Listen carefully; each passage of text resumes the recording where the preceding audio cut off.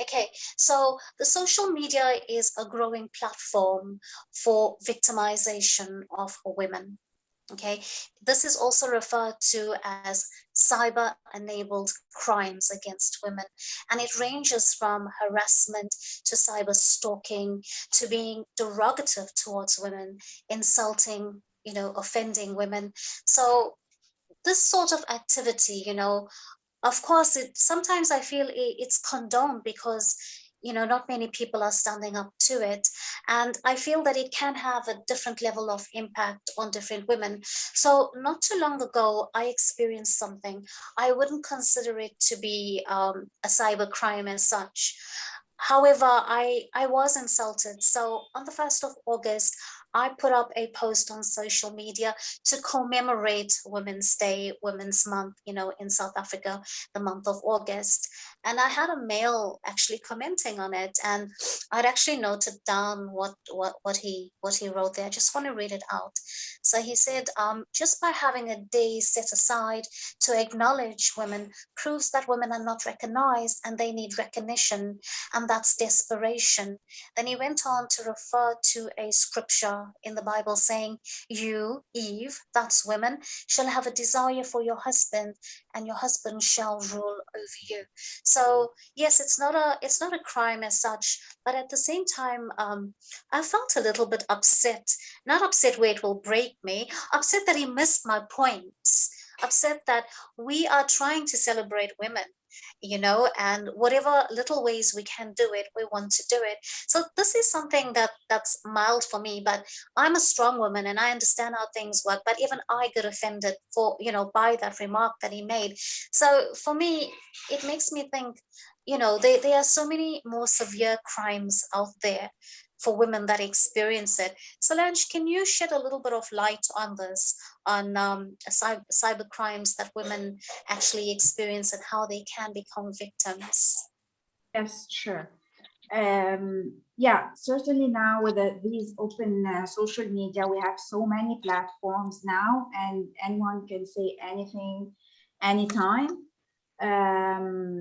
This is really scary for me. Like, I have two adolescents, two teenagers, and I cannot control them. As Kate said, I cannot control them all the time. Sometimes they got bullied. Sometimes, for me, I had the same experience, Valerie, when I started my own business, and I started to be more visible on social media and post my posts. And one guy said, "You know what, Solange, this is not for you. Go be a teacher. Go do something for your kids.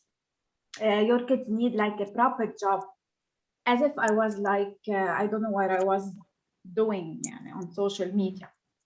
I was ignoring him for a very long time until he blocked me. He said, "Okay, she's not gonna listen to me. She's gonna keep it up. She's not stopping. So I'm fed up." He left. So yeah, you have to raise a strong generation of women, a strong self-esteem. So when they face anything, any male attack, I don't know what I want to call it actually, because this is abnormal for me. So they are strong and they know how to face it. That's what we should do as women, raise a strong generation. Excellent. Thank you so much for that, Solange. So, ladies, when we had put the post out there on social media that this is what we're doing in terms of, our platform, I had two questions coming through to me by women. And one of the questions was, how do we protect ourselves against being stalked? Women have complained about, being messaged randomly by people they don't even know, and sometimes it's not just one or two messages, but it becomes a bit intense. Would any one of you like to answer this question? I'll leave it open to the floor. I'd like to attempt. So on a personal level, I think it's really important to be cautious around what kind of biodata you're sharing on social media. I do worry very deeply about people who share too much. Even if you're not a CIA, you can almost easily find their telephone number, their home address, the school they go to. I do think, especially for women, we need to be really, really careful. And I know this shouldn't be a problem for us to think about, but just because of the societies we live in, I think just reducing the kind of biodata that can potentially expose you is something that we need to be more alert to. But on a bigger platform, I do think it's really important that we have better legislation and policies around cyberbullying. I think our laws are not catching up as quickly as the world is changing, because if some people can have those kind of conversations with you in person, not on a keyboard, that would warrant, charges around assault or different. We have laws around that, but because this person is far removed from you, I do think we have gaps in our laws that are not addressing that. But I do think, especially for cyberbullying, there needs to be better remedies to try and deter people from just being on a keyboard and really being abusive to women, especially. But I think even beyond that, I think it's really important, especially for people to know that they can speak up. I do have a feeling that many of us, and thank you, Valerie, for sharing, I do think many of us have actually had an incident where someone has said something to you that is offensive or has just come into your own personal space, either on a direct message or on Facebook or whatever. But because we've normalized this so much, we don't necessarily think we should report it. I think we need to have conversations about this person is making me feel this way, because I think the natural inclination for women is to actually get off that platform. So it's really interesting that, Solange, the man got off the platform. But I do think when people are coming hard on you, the natural reflex is for you to leave that platform. But I think if we have better legislations, we have better awareness that this is a challenge, I think is important. But for women, for now, I think just limiting the kind of biodata you share, not posting things on the go, especially the live feeds, I think is something that we need to be cautious about, because not everyone who's viewing your status is really excited. You might have crazy stalkers out there. So trying to protect yourself, I think, is something we should be more alive to. But even when you get onto like an Uber or something, just making sure you have someone who you trust, who you can also share that trip. I think that's one of the things me and my girlfriends do very intentionally. If I'm running late, like just sharing that this is where I'll be, this is who I'm with, just making sure that you have a trusted person who's outside, who knows where you are, I think is really important for us to do. See, what I understand from this is like we need to have a clarity as in why and what we want to do with social media. As in, why is that we share a lot of things on social media is a big question. Like, what is that you're satisfying by doing that? If that is your profession and you attract your clients through your page, or if that's your profession to go ahead with your job, you should know what has to be shared and what should not be shared, because you can actually make use of it as a right tool and sometimes get into wrong, people reaching out to you. So how you want to divide and segregate and how much you want to put outside is most important. Somewhere I feel, that these are people who do not get any kind of acknowledgement from peer groups or from friends or from family, that we end up showing a lot of things which is not really necessary on the platform. And when we have certain options to set the privacy right and just allow only certain people to reach out to your message box, I think we should make use of that settings as well, and cut off from people whom you really think is not necessary for you to move ahead in life, or it is not going to help you in any way with your career. I think we can just have an understanding on what you put out and whom you get connected and how you want to maintain it. End of the day, if you have a really good space to let out your energy other than displaying it over there, I think that would be the best option. This is what I would like to add in. Very well said, Nisha. Thank you so much for sharing your views with us. Okay, so Ursula, what are your views on the ways in which women are becoming victimized on social media? Okay, so primarily what I see is a lot of, like, ever since the advent of social media, I'd say it started with Facebook, and then, we had Orkut as well long ago, where people were very, like, part of certain groups. I grew up with Orkut and MSN Messenger and these things. So we were quite used to adding strangers and talking to them. And then that's where it evolved to today, where like when we had this feature on Facebook, like check-in feature, if you remember, everybody was saying, okay, I've checked into some fancy place, I've checked in here, I'm on this beach, I'm in this place, I'm in this location. Or people would post pictures of their plane tickets, or people would post pictures of their sometimes, if they're celebrating some sort of a big lottery, when they post this check picture. There's a lot of things which are not supposed to be out there, but they post it. And that time, like when it started, it was so normal for people to post anything. And more so because like people didn't know what else could happen. See, what can happen usually is people can steal your identity. Okay, this is very dangerous. Like people can take your pictures, your information. Like, the social media platforms usually ask too much of your information. Where did you study? What's your date of birth? Who are, which what are your hobbies? What are this? See, they are doing this data collection to sell this data to their clients and to their customers who are advertisers. They're just profiling you, but you don't have to give all that information because you don't know where that information goes.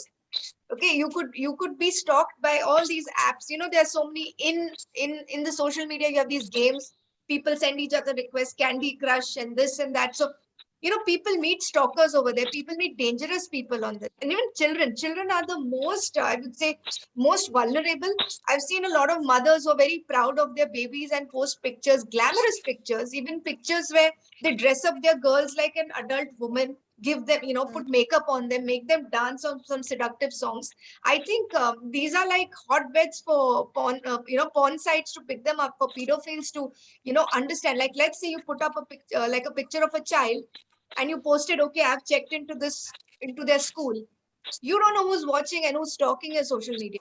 So like Kate said, that you need to have settings, you need to have privacy, you need to block who's able to see these things. So this is something which is very important that needs to be done. Second, I think, is very much people are into dating sites. That's also social media.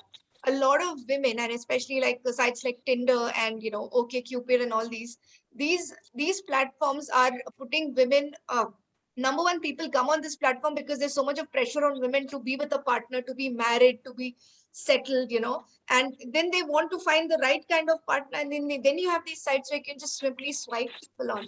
So you don't know what you're being part of. Like, who are these people? Are they fake accounts? Are they people who are, maybe they're married, or maybe they're criminals? I mean, there are so many cases of rapes happening simply because women have met somebody on Tinder and they've gone out on a date and they ended up getting murdered. So you like Kate said, like, be very careful what information you put out there. If you're meeting somebody on a dating platform, don't give all your information. Meet them on a public platform. Tell your friends where you're going, or don't go to their homes. Like, a lot of people, they just land up in somebody's place without even knowing who they are. So there is a lot of this kind of stuff. There's also catfishing that happens.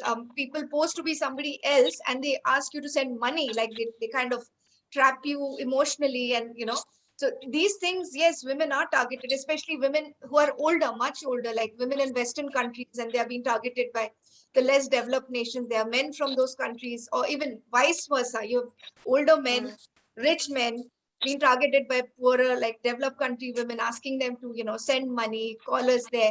There's so much of shady stuff happening online. I mean, all the way, if I get into stuff like the dark web, where people are getting into organ trafficking and kidnapping children, it's really nasty. So we have to be very careful, and women need to know that social media is not a reality. It's a virtual world, and it's, as long as you're able to maintain a certain etiquette on the social media world, and not allow it to blur the lines between virtual and reality, because that's where it gets very dangerous. You can never allow somebody to come and land at your doorstep simply because they know you from social media. Like, it has happened to me several times. I'm walking in a mall and somebody like, I'm on your Facebook page. I said, I don't know you. No, I know you very well. I've seen everything. Like, so that's kind of scary. But I have over 5,000, like I think around 5,000 friends on Facebook. I don't know all of them. But when I started collecting these friends, it was more like, okay, because I'm in the media, I need to show a certain number of followers. So I'm also personally trying to cut down things. But yeah, so that's my advice to women. Like, please be very careful what you post out there, who you talk to. don't allow everybody to see what you have to share out there. Yeah. So my advice would be, when it comes to the media, when it comes to social media, it's like the way all of us have mentioned in this discussion, it begins at home. We need to be the ones guiding. We need to be the ones setting the example for the younger children, and even for us as well. Like the way Kate said, like the way Ursula said, you as well, Solange, and even Nisha. It's really important that we know who our audience is and how we're interacting with them. Yeah, Exactly. And it's important to create awareness everywhere, not only at home, at school, and certainly for the parents. You have to build your kids' self-esteem so they can trust themselves, believe in themselves, and don't try to imitate idols.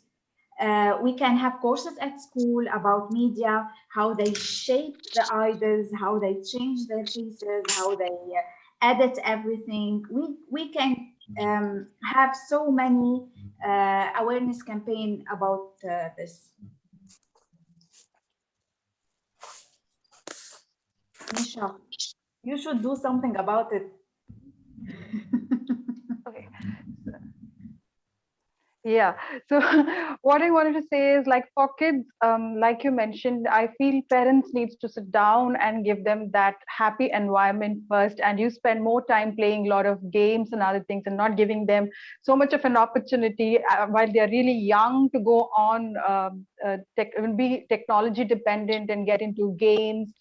Some of the games are really violent as well. So you should decide on how and when you want to introduce them to gadgets and social media, and what has to be out there and what shouldn't be there, and what is the reality behind every other advertisement that is being shown in on TV or in the newspaper, and the marketing aspects of it as well. Yeah, they're trying to sell something, so they really want us to depend on it. So you explain to them the reality of it, it will be really good. And one more thing I would like to add is, most of the time when it comes to pulling down women, it is women that do, it's women pulling down women when one person is Yes. being successful.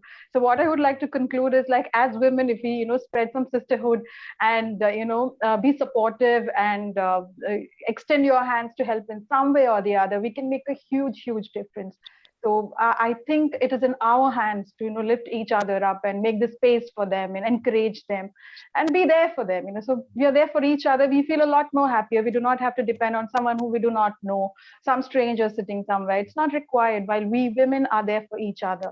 So I feel this should be amongst us, all women, trying to help out everyone. This is something that I would like to say. awesome. Nisha, I feel like you need a megaphone to say that louder for the people at the back, especially for women to support each other. I think for me, it's one piece of advice. I think it's just remain critical. If you see the media that you're consuming does not look like the family, does not look like your community, it only looks at like one demography of people, just be critical and recognize that the lens in which the media is portraying image is not what your real world looks like. So ask questions, pause to reflect. Doesn't reflect what your society looks like, then it's definitely not true. And I wish all of you a happy Women's Month. Thank you. So I'd like to add to that as well from my perspective. Nisha and Kate both pointed out that it's the women who pull women down, and women have to be more supportive. I can't agree more, because I think so much of media influence is focused on making women insecure that they compete with each other. It just happens. Unlike men, if you see, men just get, like, men have this brotherhood thing, and they always support each other and have their backs. Women are trained to be insecure and pull each other down, and I think that is very dangerous. And we need to understand that this is not how things need to be. We need to support each other moving forward. Whenever you see somebody, even at right from school to university to even at workplace, we should not allow each other to feel insecure. Like, if you can sense somebody feeling that way, or even you feel yourself, just we need, like I said, introspect and get yourself back at the and disassociated from that kind of a environment which will make you feel that way. Second thing is that we need to educate people more about life in the real world rather than just being on social media. So much of focus is gone out, and so much of importance is given to people who are in the media, whether it's print, whether it's cinemas, social media. Like, everybody who's in the front and everybody who has followers are considered important, and they become idols. I mean, many of them are frauds, like scamsters as well, but still people look up to them as heroes. And what about the people who are having careers and who are having lives which are them nothing to do? There are a lot of, I think, there are many people and businesses who are existing without social media, and they're very successful, and they're contributing a lot to the society as well. So we need to talk more about this. We need to educate people and children more about that. You can have a life beyond, like, I'll tell you honestly, I don't like social media because I know that constantly you need to keep posting and posting and behave in a certain way. It's not something I'm comfortable with, but I'm pushed to do it because of my business. So I'd be very happy if somebody doesn't judge me and ask me, send me your Insta page, send me your Facebook page, send me your website, and then we will judge. And you know that practice needs to be stopped. People need to stop taking so much of pressure. Today there's so much of content out there. It's become a like a spam. Everybody's spamming you with videos, everybody's spamming you with posts. We just get it's really confusing. So we just lose perspective of why this whole thing exists in the first place. So yeah, this is what I feel we should be doing. Excellent. So ladies, thank you so much for that. I think you've all done really, really well on this. Thank you, and wish you a very happy Women's Day for South Africans. And let's move forward and make it. Thank you all. Thank you so much. Thank you. so Take much. care. Take care, Okay. guys. See you. Bye-bye. Take Bye. care. Bye-bye. Thank you.